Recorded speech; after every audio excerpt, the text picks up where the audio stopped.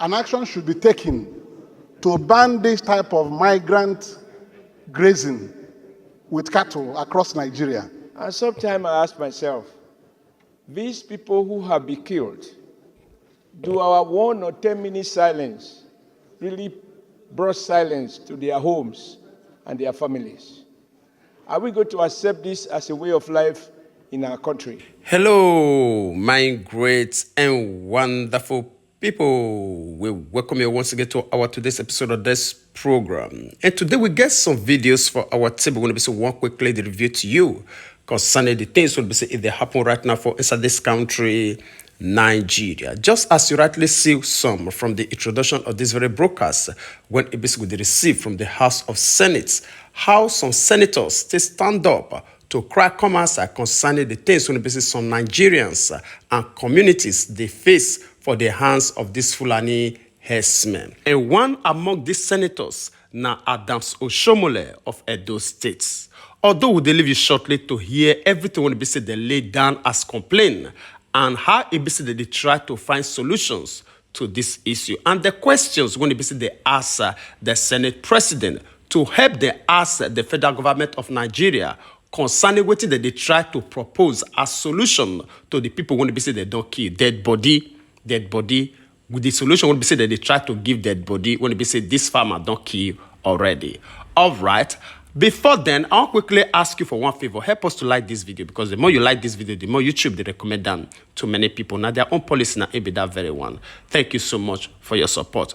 All right, I'll leave you to first of all hear from these people first. We'll come back to tell you what's in their our mind. I represent Anambra Central Senatorial District. Mr. President, I rise to speak on this very grave situation again in Omala local government area of Kogi State. Mr. President, I think the problem we have continued to have is that this issue of herdsmen ravaging communities across states or the Federation, we have not been able to deal with it decisively. Even this motion itself started by saying gunmen attacked these communities. Gunmen. It was when he got to the third paragraph that he said, disturbed that herders attacked another community and killed 21 persons. It's good that to give something the good caption and begin to look for ways of addressing it. I've looked at even the prayers contained in the motion. None was directed at solving the problem of herders invading communities. We're talking about getting the NEMA and people to supply relief and to people who have been displaced. The herders should be told that what they're doing is business. If you do cattle rearing, is business. That's a type of farming. And those who do not want to confine their business to a particular location and breed their cattle should be told that they don't have open latitude to move into people's land, kill people who are living there, displace them, and ravage the community and annihilate them. And we'll continue to have this type of report in the Senate on regular basis. In the 8th Senate, we saw a lot of this happening in Nasarawa, Benue, Taraba, parts of the north. And up to today, the same herders are still ravaging. They're now in Kogi. So I think that an action should be taken to ban this type of migrant grazing with cattle across Nigeria. We must have to do things the way they are done in civilized nations. Ranching has been proposed, time without number, that we should be able to put our cattle in confined settlements and nurture them, breed them, and then produce meat. Because that's the thing. If all the cattle you consume in the United Kingdom, you see them on the streets of United Kingdom or England, nobody sees these things on the road. It's only here that we can stay, and every morning, herders will invade a community, kill 30 persons, touch the houses, burn their properties, displace them, and we have no solution to it. Nigeria should be planning on how to put an end to this scourge of herders displacing people in their ancestral homes, because they bring their cattle down, move into people's ancestral lands when they are sleeping. They kill them, burn their houses, and we get this report continuously, and these herders are still moving around. So we must put a stop to it. Let us find a way of putting a stop to it, even by legislation. We should ban migrant grazing. If we put a law and ban it, anybody who is moving with a cattle, 20, 30, 40, is running foul of the law on the road. How much more into people's farms? You destroy their crops, destroy their means of livelihood, burn down their schools, burn down their health facilities, and they go away. Nobody is talking about how to apprehend them and put a stop to this. So, Mr. President, I feel gravely concerned that our inability to rein in herders' activities in Nigeria has been responsible for this recurring loss of lives and destruction of properties. Let us look for a way of making it illegal for anybody to carry cattle around the country. They should be able to build ranches. This is what I'm saying. So this one now that Esa Jibrin has brought, as very painful as it is, people have lost their lives, about 500 reported in this motion. Who will bring those people back to life? Are we saying that people can be killed for cattle to be reared, for us to eat meat? Who will eat the meat when the people who eat the meat are being killed on a daily basis? This is a barbaric type of famine. We should be able to be courageous to put a stop to it. This, his prayers, when we get to that, I think I will make a contribution on the prayers. Getting relief, thank you, and all that to them will not solve the problem. We have to attack the root cause of the problem, which is migrants grazing with cattle. Thank you very much, Mr. President. around the country, and that means you provide the necessary infrastructure and also provide the necessary security for those ranchers to be able to do their work. And it's a good suggestion, but it will have to come by way of a bill. Distinguished Senator Ishomole.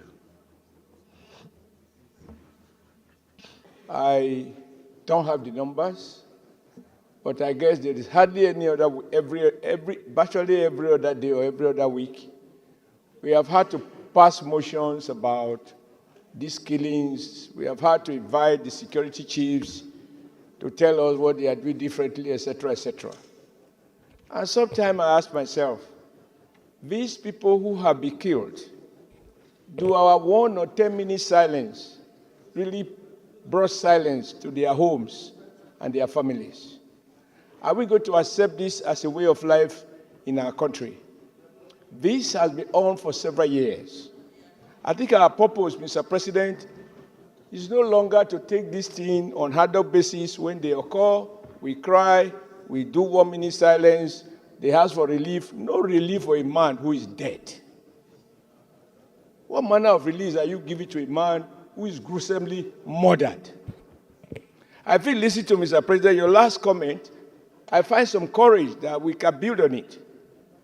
That maybe under your leadership, sir, this Senate should set up an ad hoc committee and carefully select the membership in a way that we reflect the political diversity and conduct a public hearing. This act must stop. And we can't stop it by words of mouth. Resolutions don't change. So if we have a comprehensive public hearing, we have people who are trained to deal with this aspect of business. What do we do differently? Because we were not always like this. How did we get here? Such a public hearing, I'm sure there are well-meaning Nigerians who share our concern. These ones that I mentioned, they are not the only one. Even in my small village, are other villages that are not on Nigeria map. Nigeria farmers are unable to go to work. I found that in some cases where the DPO is properly briefed, they are able to comb the bush, and they find where some people set up some temporary homes where they kidnap, they maim, and they rape. These people are visible. And sometimes I wonder if somebody likes the will to deal with them. On a particular occasion, I saw a poor farmer went to farm, and they just shot at his hand in his own community. And I was tempted to say, do anybody have monopoly of violence? But then as leaders, we can't ask everybody to take law into their hands. Because I think on a deeper investigation, maybe everybody is a victim. So I want to plead with you, sir, that although his motion has, in my opinion, of limited effect, that we take advantage of this to set up an ad hoc committee, conduct a public hearing, invite people who are knowledgeable in the universities, community leaders, farmers, security agencies, and let us look at a holistic solution where legislation is required. Under your leadership, I am sure you have the will for us to so legislate. Where enforcement is the issue, we identify those who are lacking their capacity to enforce. What we owe these people goes beyond rhetoric, go beyond condemnation, go beyond 1 minute silence, go beyond crying every day. No, our tears will solve this problem. I submit, sir, that we set up an ad hoc committee, invite public hearing, let it be well publicized, let everybody come there and share with us what they know, enrich our limited knowledge of what is going on across the country, and let us find, once and for us, a lasting, sustainable solution so that this country can be what it used to be, and our farmers can go to work, herders can do their business. What is good for herders is not bad for farmers. What is bad for farmers is not good for herders. Together, we can find a win-win solution so that Nigerian rural people can be at peace in the days of those of us who have migrated to Abuja and some other urban places. Thank you, Mr. President. All right, my great and wonderful people. I believe say you don't hear everything when they say these people talk. May we talk things the way when they say it did. Although, for the now, I will say thank you to Ishomole and this very senator when they say they come outside to tell the Senate president that also ask the federal government of Nigeria. That's what when we say that they use prayer. Now money now that they talk. Yes. After it be said they don't kill these people finish, the thoughts may they give them some food stuff. The one when be say they remain. Right? Or maybe they'll go give some of them, maybe their children, they don't kill their father, their mother, they go give their children maybe 100,000 naira or 300,000 naira for a consolation fee. Tell me, now that one wants to sustain those children for the rest of their lives to occupy the space when they say the parents are supposed to stand for them for that very gap? If not be financial benefit, at least for that gap of parental care, 300,000 or maybe 500,000, at the case maybe 1 million naira, it will stand that gap. Or 1 minute silence when it be said they know they do since how many years now? Who it don't revive? How many people it don't bring back from grave to life? Eh? And this will not be something will be said they happen coincidentally. Now something will be said don't they happen again and again and again. How long the House of Senate, the House of Law, when it be said they're supposed to implement law to stop some certain things when be said not they go well for inside the country, will continue to they stand up. Every now and then they make 1 minute silence for souls when be said they don't destroy. The souls when it be said they put under una care to make laws to guide and to protect our life. Then you ask me, waiting 1 minute silence won't do for the life of those people. This one, as we talked before, not be something we be say it just happen coincidentally. It they happen on daily basis. If we say may we count on now, since when it be say Akpabio take day for the House of Senate, till now when it be say don't become the president of the Senate, it don't they happen. It don't they happen. If you say may we count how many minutes silence they don't make for people when it be say they don't die, I know if he count am. He know say no if he count am. Then you ask yourself question, wetin stop them for taking the bold step to make law when it be said they will implement to stop anybody when it be said they kill another person?